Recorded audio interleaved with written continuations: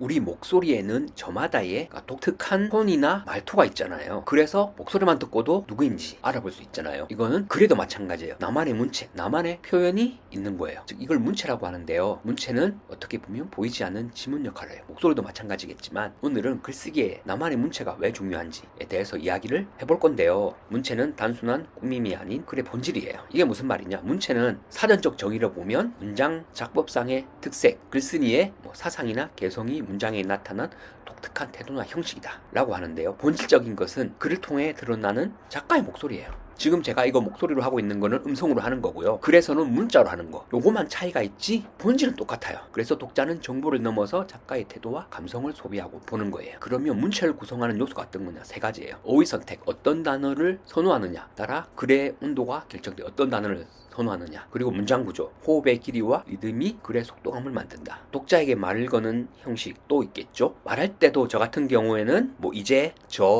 그리고 이런 걸 제가 많이 표시하거든요. 그러면 바로 알아볼 수 있잖아요. 문장도 마찬가지예요. 글도 저 같은 경우는 문장에 이런 이유로 이런 표현을 많이 써요. 그러면 바로 알아볼 수 있겠죠. 이런 거고요. 비퐁이라는 사람이 한 말이 이거예요. 문체는 곧 사람 그 자체다. 내 개성을 나타내는 거잖아요. 예를 들어 가지고 누가 김광석 목소리를 흉내 낸다고 해서 그 사람이 김광석은 아니잖아요. 그런 것처럼 내 고유의 목소리가 있어야지 이거는 나를 표현하는 거예요. 글도 마찬가지고요. 그러면 왜 나만의 문체일까요? 이거는 AI가 대체할 수 없는 거예요. 나만의 문체, 나만의 표현은. 물론 이걸 학습시켜서 할 수야 있겠지만 그 경험을 어떻게 표현하느냐는 다른 문제가 돼요. 경험은 내가 정확하게 표현할 수가 있어요. 이렇게 문체가 왜 중요하느냐. 텍스트과 언어적인 커뮤니케이션도 있겠지만 비언어적인 커뮤니케이션도 있어요. 이게 93%예요. 이게 뭐냐면 독자는 글 내용, 즉 텍스트뿐 아니라 문체에서 느껴지는 신뢰도, 전문성, 인간미를 글 전체를 평가해요. 왜냐, 그 작가만의 독특한 표현이 있으면 이 작가가 이렇게 표현을 했구나, 아니면 역시 이 작가다, 이렇게 얘기를 할 수가 있잖아요.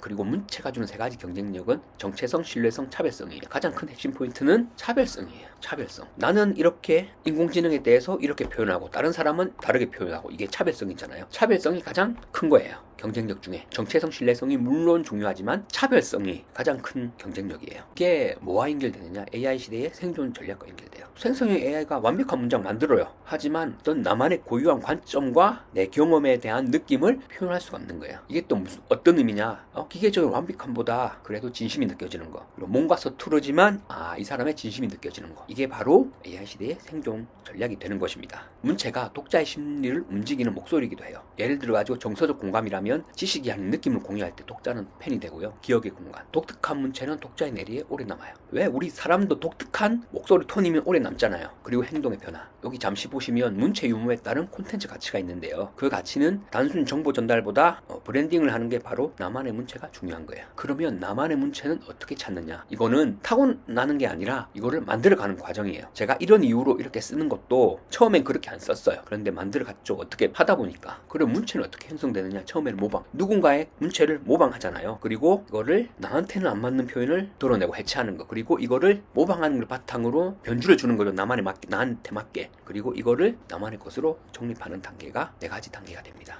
그리고 나만의 문체를 찾는 과정에서 글을 많이 읽는 거 중요해요. 좋은 글을 바탕으로 모방하고 그걸 내 것으로 만들기 때문에 이렇게 깊이 있게 읽는 것도 중요합니다. 그리고 문체를 연마하는 실전 연습은 어떻게 하면 되느냐? 매일 쓰는 건데 중요한 거는 여기서 그 글을 완성해야 돼요. 완성하지 않으면 의미가 없어요. 음악도 완성되지 않는 건 의미가 없잖아요. 그리고 필사를 하고 이걸 분석하는 것도 중요해요. 왜냐면 제일 쉽게 나침반이 되는 거는 어떤 거죠? 다른 작가의 문체잖아요. 문장, 이걸 뜯어보고 이걸 내 걸로 하는 거. 그리고 여기서 퇴고하는 거, 불필요한 수식어 빼고 핵심만 남기는 거. 이렇게 해서 내 문체를 연마하는 거예요. 이게 처음에는 쉽지는 않겠지만 하다 보면 익숙해지고 나만의 것을 어느 순간 찾게 돼요. 그러니까 꾸준히 한번 해보는 걸 추천드려요. 그러면 이게 개인 한 사람이더라도 어떤 걸 쓰느냐에 따라 문체가 조금은 달라질 수가 있어요. 뉴스나 실용서 같은 거 쓰는 것과 아니면 에세이 소설 쓸 때 달라져요. 물론 어떤 톤이나 이런 걸 보면 누가 쓴 건지 바로 알겠지만 목적이 다르잖아요. 그렇기 때문에 문체가 좀 달라져요. 칼럼이나 선언문 같은 경우, 그리고 편지나 일기, 제가 표로 정리했는데 표를 참조하시면 되고요. 이런 특징이 나타난다. 한 사람이 쓰더라도 어떤 목적에서 어떤 글을 쓰는지에 따라 달라져요. 해밍웨이와 프루스트의 문체 대비를 하는데,